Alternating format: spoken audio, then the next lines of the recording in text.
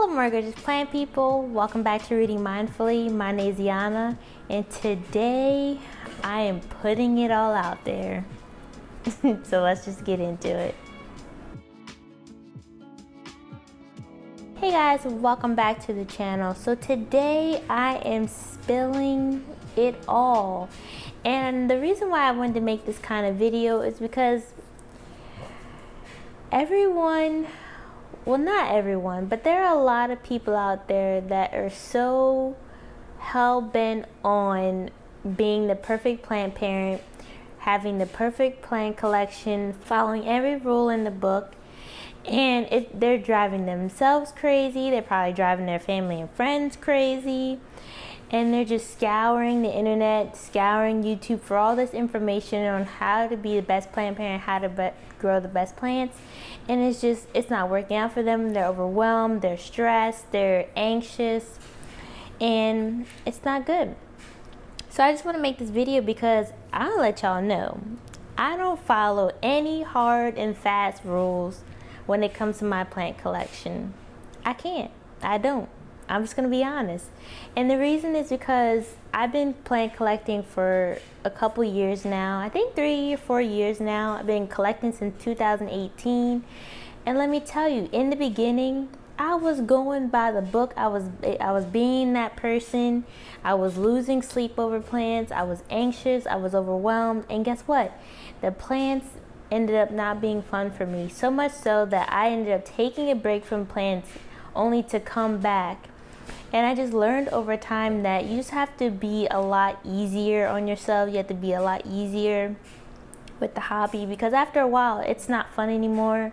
It's not, a stress relief anymore. It's not your therapy source. And so you just have to realize that everything's not going to be perfect. It's not going to work out the way you want it to. And so let me just tell you the things, because I'm going to spill it all. And I'm going to tell you the things that I do and I don't do for my plants. And then you guys might be shocked and you might not be shocked. But these are things that I get questions about, comments about, and I just wanted to go ahead and make this video. So the first thing I just want to say is I don't follow any fast and hard rules when it comes to plant care, maintenance, or routine. And the reason why I don't is because I just don't have the time to. I work a lot, especially now with my job. I'm working 10-hour days. Some weeks I'm working 40 to 60 hours. And so I don't have the time to spend with my plants like I used to. I don't have the time to go around and make sure all my plants are okay. I just don't have time to do all the things that I used to be able to do. And so the things that I do now, I have to be able to be more efficient with my time. I have to be able to, go around and knock things out when I can. If I schedule it in my planner, I have to get it done. So that way I make sure that my plants are being taken care of. But I don't have the luxury of just, having a luxurious morning where I'm spending hours of watering, turning over every other leaf and looking for pests. I can't do that anymore. So I don't have a strict routine when it comes to my plants. Now I will pencil in some time for me to go through and water my plants. Of course, I'll schedule a time when I want to go spray down. If I notice there's some yellowing leaves or there's some speckling, I will go through and do some spraying of my Captain Jacks like I did in that vlog. But like I said, I don't have that time to just set aside and just leisurely go through my plants like I used to. The next thing that I had a question or comment about is my leaves touching. My plants have always touched. We are in this together. We have been in this together since the beginning. I don't even remember if there was ever a time when I didn't have my plants touching. We have all been like kumbaya in here. And especially with the size of my plant collection, I don't have the space or the luxury for them to be spread out so much that they wouldn't be touching. I mean, I probably could finagle it somehow, but then I would probably have to then invest in more grow lights, because then I wouldn't be able to have like these zones or areas where all my plants could be under a grow light like over here. And so I would have to invest in more equipment to maintain my plants. I would have to spread them out, so then that would then I would have to go to more different places to take care of them, and so it just wouldn't be feasible, especially since I live in a one bedroom apartment and it's already kind of like filling up as it is. So if I were to spread them out so that they weren't touching, we wouldn't have any space. I wouldn't have any space to eat on this table, and so having plants not touching, it just wouldn't be very smart for me to do. It wouldn't be functional for my home, as well as it wouldn't be visually interesting if all my plants were spread out so that they weren't touching. And the next thing is, I think I've mentioned this before, but I don't always quarantine my plants. And I don't always quarantine my plants even when I see a pest issue. Even when I see a pest issue, sometimes I won't even like move my plants, because sometimes even when my plant is near a plant that has been infested, that plant won't be infested because the plant that's next to it is healthy. So sometimes it won't even affect the other plant, so I don't even bother moving it. Other times it might be cold outside, it might be hot outside, and that's what I usually do. I usually move my plants outside. If they're infested, or if they have any pest issues, I'll put it outside. Like that caterpillar situation, that plant went right outside, and it's still outside. It might be all twigs, but it's still outside. And so it depends on the time of the year, if I feel like moving the plant outside, how bad the infestation is, what kind of pest it is. So if it's like thrips, I'll move the plant outside. If it's like spider mites, the plant is staying where it is, and I'm going to take care of it where it is. The other thing is, I don't always quarantine my plants when I get new plants. I kind of just incorporate them where they're supposed to be. And the reason why I do that is because I need to make sure that I have space for that plant. And the other reason is I just don't quarantine plants like I should. I mean, not to say that you guys shouldn't quarantine your plants, because don't do as I do as I say. But I just been doing this for a while. I just don't even bother quarantining. If I do end up having an issue, I'll do my thing. I'll spray. I'll move them outside. I'll do what I need to do to rectify the situation. But I really haven't had any issues like that. And sometimes I forget to water my plants. There'll be some times where I'll miss a plant in the corner somewhere, or a plant will be staring me dead in the face, and I'll be like, I'll water you tomorrow. I'll water you the next day. And then the next thing you know, it's just completely drooping.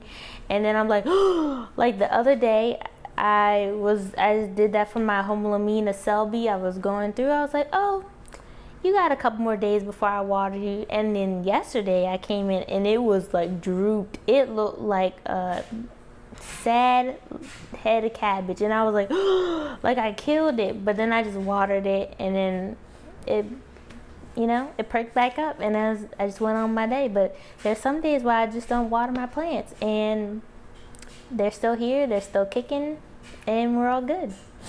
Now, sometimes when I do water my plants, sometimes I put a little bit too much water in there, and I will leave water in the saucer. I won't want to really dump the water out. Sometimes I dump the water out into another plant, which is a lot of the times.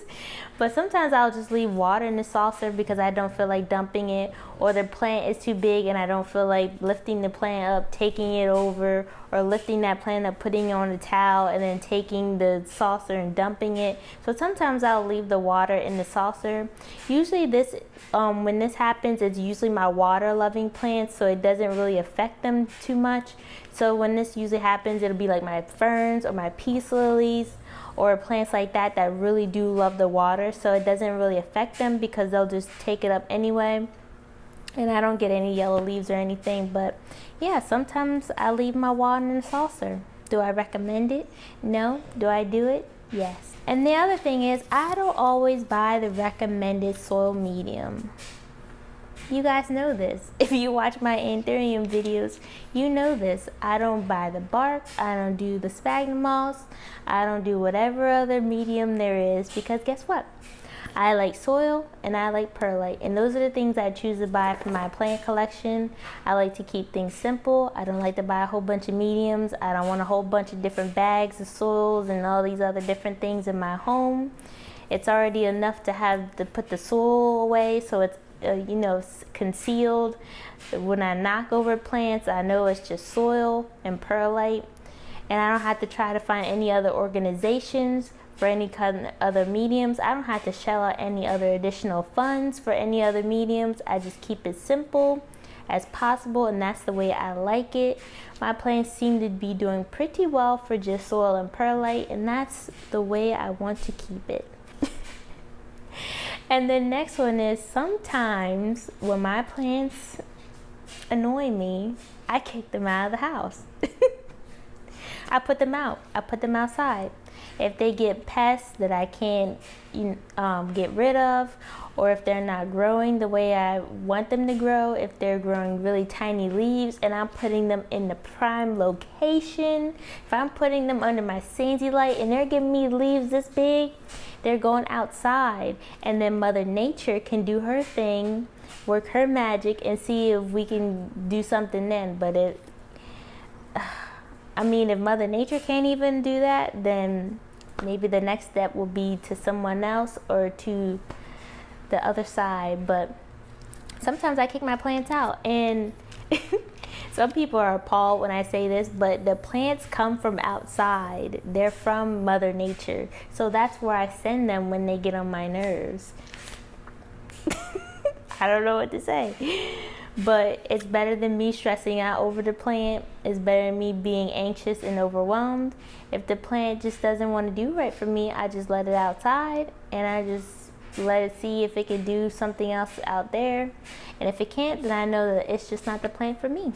And going with that, sometimes I send my plants off to the great beyond. I know, I do. But with like that caterpillar and my silver lady fern, that plant was not staying in here. The amount of caterpillars that I found on that plant was obscene. And you guys, if you guys heard the story, you know I tried. You know my boyfriend tried. So there was nothing else for me to do. So outside it went to the great beyond, and now the plant is nothing but sticks. And my boyfriend, he tells me it's not gonna come back. So that plant will be moved to the compost, unfortunately. But sometimes it happens. Sometimes you try to help a plant come back and do what it needs to do, and sometimes it doesn't work. So off to the great beyond it goes. And then there are some times where I don't even feel like saving a plant. Now, this hasn't happened in a long time. The last time I felt like this was when I was in my real struggle. It was during quarantine, and I just had a lot going on. There was a lot of things happening, and the last thing I was trying to do was help my plants, save plants. And so the plants that did not want to be saved, I didn't really try to save them. Not like I would normally try. I did a couple things, but at the end of it, I was just like, okay, you don't want to survive, then I'm not going to help you survive. And that's just how it was. But you have to learn to pick your battles with plants. You have to learn that these plants are not going to drive you crazy. They are not going to take you there and take you past your breaking point. And everyone learns their limits throughout their own journeys, but I know where mine is. I know where I'm willing to go and where I'm not willing to go. And so my plants know it too. And the last thing I want to say is that my plants look good now, but in the beginning of my plant journey, even up till now, I burned plants, I've overwatered plants, I've underwatered plants, I've stepped on plants, I've knocked over plants, I've catapulted plants, although I'm going to say that was my mom's fault.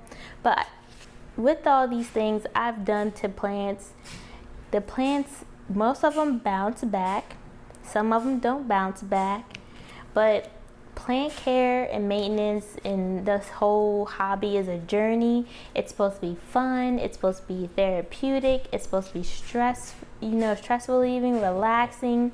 And if you're always stressed out about your plants, how they're going to do, if you're losing sleep over plants, if they're giving you anxiety, you have to change up your routine, you have to change up your mentality, you have to make it fun again.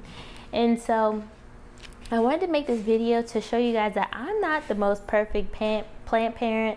I don't always do the things that people say you should do or you have to do, because I'm my own plant parent. I know what I'm willing to put in. I know the work and time that I'm willing to put in. And because I have other things to do, I have a lot of work. I have my family, I have my friends, I have Sage. I have all these other different commitments and priorities, so I know what I'm willing to do and what I'm not willing to do for my plant collection. And just because I'm saying that doesn't mean I'm neglecting my plants, or I'm just buying plants just to buy plants, because obviously I'm not. I do put a lot of time and effort into them. I just can't do it like I used to. And so the plant collection that I have now is a plant collection that I really love. It is one that I've cultivated, and it's taken me a long time to cultivate. I've gotten to my own groove, even though it might not seem to y'all like I have a groove, but I finally have my own flow. And that's what I want you guys to find for yourselves, to find your own flow, what works for you, what kind of plants work for you, what kind of environment your plants do well in. And so when you find all that out and you discover all that, and trust me, you won't figure all that out in the beginning. It's a journey. That's why it's a journey. You're gonna really love your plants. You're gonna it's a journey. It's all a journey. You're gonna really love your plants. You're gonna really love your collection, and you're gonna understand what you will and won't do for plants, and it will make it so much better for your mentality, and you'll really enjoy it. So I hope you guys enjoy this video. Write down in the comment section what you do, what your confessions are, what your secrets are. I'm always curious. If you like this video, let me know. And I just want to thank you guys so much for watching my videos, liking and subscribing, and I will see you in the next one. Bye.